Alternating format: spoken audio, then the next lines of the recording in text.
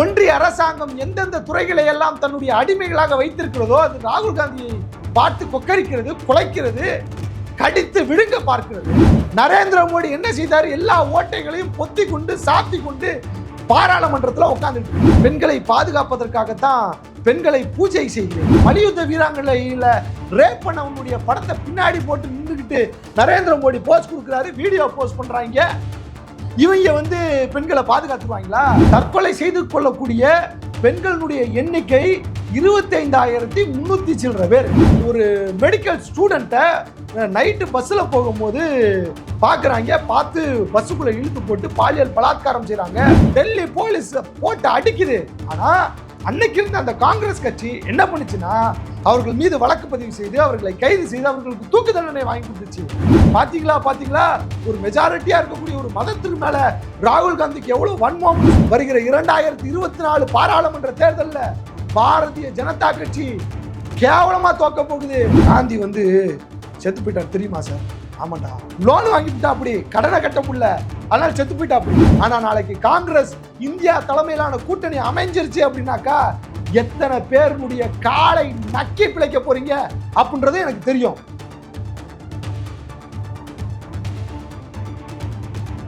உயர்த்தமிழ் நேயர்களுக்கு வணக்கம். நான் உங்கள் லெனின் துரைராஜ்.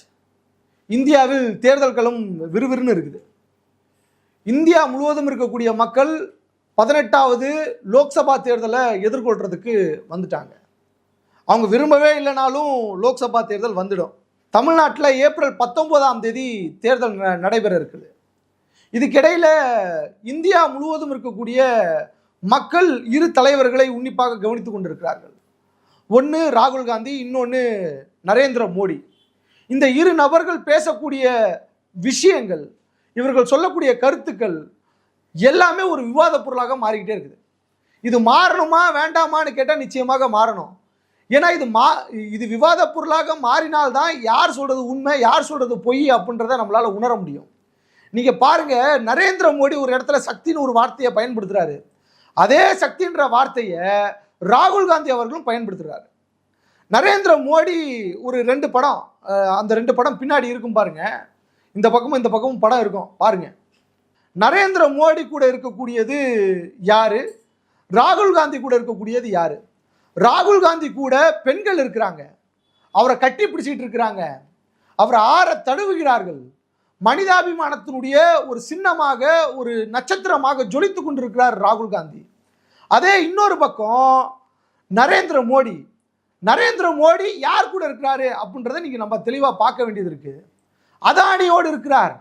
அதானி யாரு? நரேந்திர மோடியினுடைய முதலாளி. அதுக்கு பக்கத்துல இன்னொருத்தர் இருக்கிறார், RSS அமைப்பினுடைய தலைவர் மோகன் பகவத் இருக்கிறார். அதுக்கு பக்கத்துல மல்யுத்த விளையாட்டு வீராங்கனைகளை பாலியல் சீண்டல் செய்த பிரிஜ்பூஷன் சிங் இருக்கிறாப்ல. யாரு? பிரிஜ்பூஷன். இந்திய தேசத்தினுடைய மானத்தை காப்பதற்காக நாடு நாடாக சென்று மல்யுத்தம் செய்து நாட்டிற்கு மெடல்களை குவித்த அந்த பெண்களை பாலியல் சீண்டல் செய்த பிரிஜ்பூஷன் இருக்கிறாப்ல. அதே இந்த பக்கம் ராகுல் காந்தி கூட பெண்கள் கட்டி அணைத்துக் கொண்டிருக்கிறார்கள், விவசாயிகள் இருக்கிறார்கள். மக்களை, நான் உங்களுக்கு ஒரு விஷயத்தை நினைவுபடுத்த விரும்புகிறேன். அதே போல ராகுல் காந்தி காஷ்மீரில் இருக்கக்கூடிய பெண்களை போயிட்டு பார்க்குறாருங்க. ஆர்டிகல் 370 அங்கே நீக்கப்பட்டதுக்கு அப்புறம் அங்கே நடந்த அட்டூழியங்கள், அட்ராசிட்டிஸ், செக்ஷுவல் ஹராஸ்மெண்ட்ஸ், பாலியல் சீண்டல்களை பற்றி அந்த பெண்கள் ராகுல் காந்தி கிட்ட கூறுறாங்க. ராகுல் காந்தி பார்லிமெண்ட்ல பேசுறார்.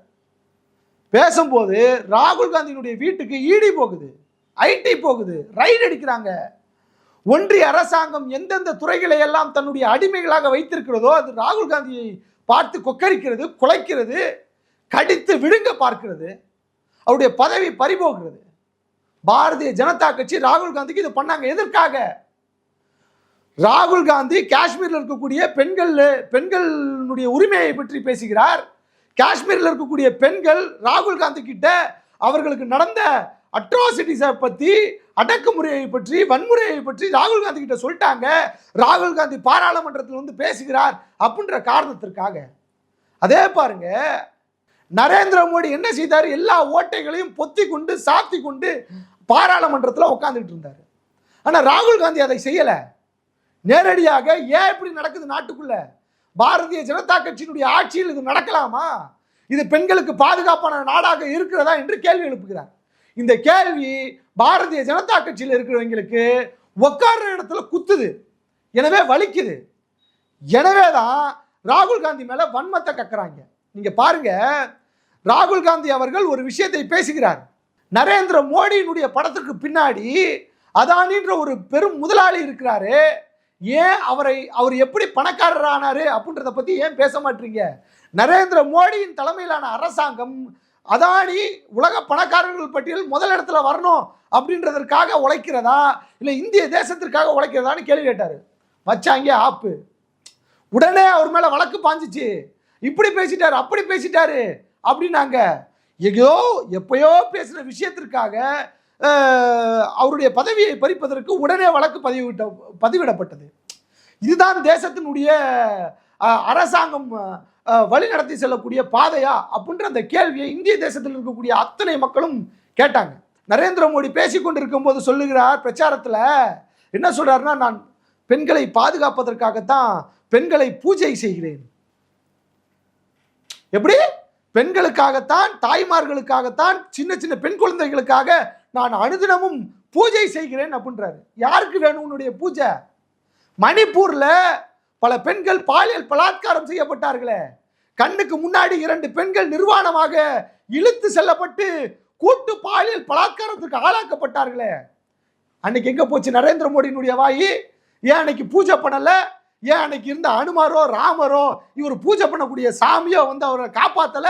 நிர்வாணப்படுத்தும் போது எதுக்கு புடவையை தூக்கி எறியல? ஏன் பலாத்காரம் செய்த அந்த அயோக்கியர்களை குத்தி சாவடிக்கல? அப்படின்ற அந்த கேள்வியை கேட்கணுமா இல்லையா? இன்னொன்னு சொல்றாரு, என்னுடைய உயிரை பெண்களை பாதுகாப்பதற்காக என்னுடைய உயிரை விடுவேன்றாரு. யாரு? நரேந்திர மோடி. யாரை ஏமாத்துறதுக்கு? இப்படிப்பட்ட கட்டுக்கதைகளை, அதாவது எல்லாரும் பேசும்போது சொல்லுவாங்க, நயவஞ்சகமா பேசாத, ஏன் நயவஞ்சகமா பேசுற அப்படின்ட்டு கேட்பாங்கல்ல. உன்னுடைய வார்த்தையில சுத்தம் இல்லை. அதாவது ஒரு வார்த்தைங்க, நல்ல வார்த்தை இப்போ ஞாபகம் வருது, அரசியல் பிழைத்தோருக்கு அறம் கூற்றாகும் அப்படின்ட்டு. ஏங்க நம்ம பார்க்கலையா? அந்த மல்யுத்த வீராங்கனையில ரேப் பண்ணவனுடைய படத்தை பின்னாடி போட்டு நின்றுக்கிட்டு நரேந்திர மோடி போஸ்ட் கொடுக்குறாரு, வீடியோ போஸ்ட் பண்றாங்க. இவங்க வந்து பெண்களை பாதுகாத்துருவாங்களா? எங்க இந்தியா முழுவதுங்க, நான் பொய் சொல்லல, இதை நான் சொல்ல கிடையாது, என்னுடைய தனிப்பட்ட இதுவோ இல்லை இந்த சவுக்கு சங்கரு, அண்ணாமலை, அப்புறம் இந்த வானதி சீனிவாசன், அப்புறம் நிர்மலா சீதாராமன், அப்புறம் அமித்ஷா போன்ற ஆட்கள் உருட்டுவாங்கள ஒரு உருட்டு, அதை போல கிடையாது. இந்திய அரசாங்கம் கொடுத்திருக்கக்கூடிய ஆவணங்களின் அடிப்படையில் இந்தியாவில் வன்கொடுமை செய்து பாலியல் பலாத்காரம் செய்யப்பட்டிருக்கக்கூடிய பெண்களுடைய எண்ணிக்கை எவ்வளவுன்னு தெரியுமா? 31,516 பெண்கள் பாலியல் பலாத்காரத்துக்கு ஆளாக்கப்பட்டிருக்காங்க. யாருடைய ஆட்சி காலத்துல? நேரு மாமா இருந்தாரு, அந்த ஆட்சி காலத்துல கிடையாது. காங்கிரஸ் கட்சியினுடைய ஆட்சி காலத்தில் கிடையாது. பாரதிய ஜனதா கட்சி ஆண்டு கொண்டு இருக்கக்கூடிய, அதாவது பெண்களுக்கு உசிரியே கொடுப்பேன்னு சொல்லக்கூடிய நரேந்திர மோடியினுடைய ஆட்சி காலத்துல இது நடந்திருக்குது. பெண்களுடைய தற்கொலை மட்டும் 8,125 பெண்கள் தற்கொலை செஞ்சுட்டு செத்துட்டு இருக்கிறாங்க. யாருடைய ஆட்சி காலத்துல? பெண்களுக்காக அனுதினமும் பெண்களை பாதுகாக்க வேண்டும் என்பதற்காக அனுதினமும் பூஜை செய்யக்கூடிய நரேந்திர மோடியினுடைய ஆட்சி காலத்துல. இந்தியாவுல டௌரி வரதட்சணை கொடுமையால பாதிக்கப்பட்டிருக்கக்கூடிய பெண்கள் கிட்டத்தட்ட 6,450 பேர் பாதிக்கப்பட்டிருக்கிறதா நான் சொல்ல கிடையாது. அரசாங்கம் கெஜெஸ்டர்ல அரசாங்கத்தினுடைய டாக்குமெண்ட் சொல்லுது. அதே போல கணவராலையும் குடும்பத்தாலையும் வன்முறைக்கு பாதிப்பு உள்ளாகக்கூடிய பெண்களுடைய சதவீதம் 31.4% அப்படின்றத அரசாங்கத்தினுடைய டாக்குமெண்ட் சொல்லுது. யாருடைய அரசாங்கம் இது? பெண்களுக்கு பாதுகாப்பு கொடுக்கக்கூடிய. இப்ப கூட சமீபத்தில் காங்கிரஸ் கட்சியில இருந்து ஒரு எம்எல்ஏ தபக்குன்னு பாஞ்சி பாரதிய ஜனதா கட்சியில போயிட்டு சேர்ந்தாங்களே. பெண்களுக்கு பாதுகாப்பான ஒரு கட்சினா பாரதிய ஜனதா கட்சி தான். பெண்களுக்கு சம உரிமை கொடுக்கக்கூடிய கட்சி எந்த கட்சி? பாரதிய ஜனதா கட்சி அப்படின்ட்டு சொன்னாங்களே. அவங்க ஆட்சி ஆளக்கூடிய நாட்டில் தற்கொலை செய்து கொள்ளக்கூடிய பெண்களுடைய எண்ணிக்கை 25,300 சில்லற பேர். யாருடைய அரசாங்கம்? பெண்களை அனுதினமும் பூஜிக்கிற, பெண்களுக்காக தன்னுடைய உயிரை கூட தியாகம் செய்யக்கூடிய நரேந்திர மோடியினுடைய ஆட்சி காலத்தில் இதெல்லாம் நடந்திருக்குது. நான் கேட்குறேன், காங்கிரஸ் ஆட்சியை ஆண்டு கொண்டிருக்கும் போது நிர்பயான்னு ஒரு பொண்ணு இருந்துச்சு, ஞாபகம் இருக்கும்னு நினைக்கிறேன். ஆர்எஸ்எஸ் சங் பரிவார் கும்பல், விஸ்வ இந்து பரிஷத் கும்பலை சேர்ந்த குண்டர்கள் என்ன பண்றாங்க, டெல்லியில் இருக்கக்கூடிய ஒரு மெடிக்கல் ஸ்டூடெண்ட்டை நைட்டு பஸ்ஸில் போகும்போது பார்க்குறாங்க. பார்த்து பஸ்ஸுக்குள்ளே இழுத்து போட்டு பாலியல் பலாத்காரம் செய்கிறாங்க. அந்த பிள்ளை சிகிச்சை பலனின்றி இறந்து போச்சு. அதனுடைய பேர் நிர்பயா. இந்தியா முழுவதும் மிகப்பெரிய போராட்டம் வெடித்தது. டெல்லியில் இந்தியா கேட்ல ஸ்டூடெண்ட் ஃபெடரேஷன் ஆஃப் இந்தியா, இந்திய மாணவர் சங்கம், இன்னும் பல மாணவ அமைப்புகள் சேர்ந்து மிகப்பெரிய போராட்டம். டெல்லி போலீஸ் போட்டு அடிக்குது. ஆனா அன்னைக்கு இருந்த அந்த காங்கிரஸ் கட்சி என்ன பண்ணுச்சுன்னா, அவர்கள் மீது வழக்கு பதிவு செய்து அவர்களை கைது செய்து அவர்களுக்கு தூக்கு தண்டனை வாங்கி கொடுத்துச்சு. மணிப்பூர்ல பாஜக அரசாங்கம் என்ன பண்ணுச்சு, பிரிஜ்பூஷனுக்கு என்ன பண்ணுச்சு, மல்யுத்த வீரான்களுக்கு நடந்த அவலத்திற்கு பாரதிய ஜனதா கட்சி என்ன பண்ணுச்சுன்னு கேட்கிறேன். அவருடைய பதவியை புடுங்குற மாதிரி புடுங்கி திருப்பி அந்த அயோக்கிய பையகிட்ட, களவாணி சொறி பிடிச்ச காமவெறி பிடிச்ச சொறி நாய்கிட்ட கொண்டு போய் மீண்டும் அதே பொறுப்பை கொண்டு போய் கொடுக்குது.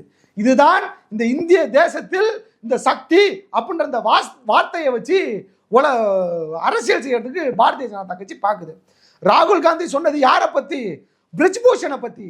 ராகுல் காந்தி சொன்னது யாரை பத்தி, இந்தியாவில் இருக்கக்கூடிய கொளுத்து மக்களின் பணத்தை சுரண்டி தின்னுகிற கொளுத்து பெருச்சாளி போல் வளர்ந்திருக்கிற அதானி அம்பானி போன்ற முதலாளிகளுடைய சக்தியை அழிக்கணும்னு சொல்லி பேசினாரு. ஆனா பாரதிய ஜனதா கட்சி என்ன தெரியுமா பேசுது, ஐயோ ராகுல் காந்தி மதத்தை பத்தியே பேசிட்டாரு, பெண்களுடைய சக்தியை குறைச்சி மதிப்பிட்டாரு, வர்ணாசிரமத்தை இந்து மதத்தை அசிங்கப்படுத்திட்டாரு, கொச்சப்படுத்திட்டாருன்னு சொல்லிட்டு தசை திருப்பக்கூடிய வேலையை மோடியினுடைய அரசாங்கம் பார்த்து கொண்டிருக்குது. சோசியல் மீடியாவை எதிர்த்து பார்த்தாலும் சரி, ராகுல் காந்தி இப்படி பேசிட்டாரு, அப்படி பேசிட்டாரு, பெண்களுக்கு எதிராக பேசிட்டாரு, மதத்துக்கு எதிராக பேசிட்டாரு, இந்து மதத்தை பத்தி பேசிட்டாரு. இதுவே இஸ்லாமியர்கள் பத்தியோ கிறிஸ்துவர்கள் பத்தியோ அப்படி பேசிடுவாரா? பாத்தீங்களா, ஒரு மெஜாரிட்டியா இருக்கக்கூடிய ஒரு மதத்துக்கு மேல ராகுல் காந்திக்கு எவ்வளவு வன்மம்னு சொல்லி கொக்கரிச்சிட்டு இருக்கக்கூடிய நாய்களே, உங்களுக்கு ஒரே ஒரு பதில சொல்லிக்கிறேன். வருகிற 2024 பாராளுமன்ற தேர்தலில் பாரதிய ஜனதா கட்சி கேவலமா தோக்க போகுது. நீங்க ஒரே ஒரு விஷயத்தை நல்லா பார்த்துக்கோங்க. காந்தியை பத்தி நம்ம கேமராமேன் ஒருத்தர் இருக்கிறான், அவன் சொல்லிட்டு இருந்தான், சார் காந்தி செத்து போயிட்டார் தெரியுமா சார்?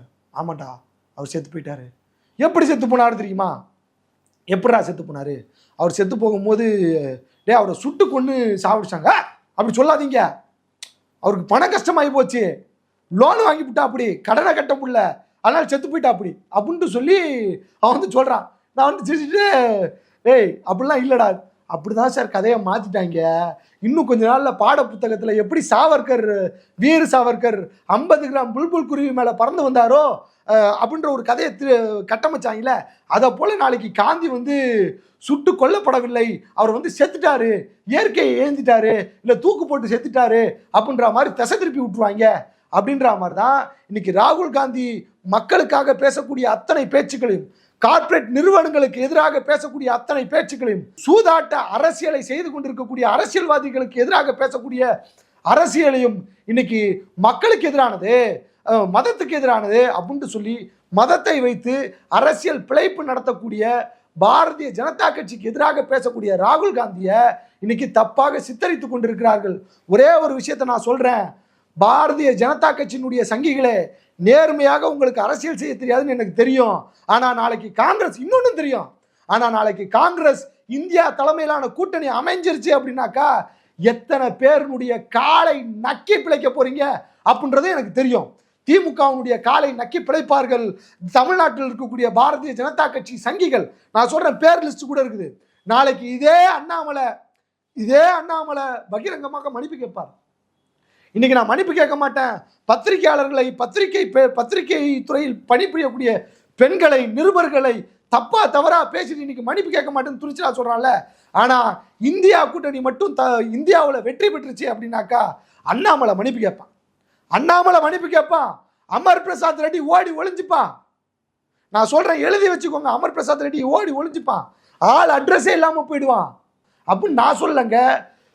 இந்தியாவில் இருக்கக்கூடிய பெரும்பான்மையான இந்தியர்களுடைய ஜனநாயகத்தை நம்பக்கூடிய, இந்திய அரசியலமைப்பு சாசனத்தை நம்பக்கூடிய மக்கள் நம்புகிறார்கள் என்று சொல்லி முடிச்சுக்கிறேன். நன்றி, வணக்கம்.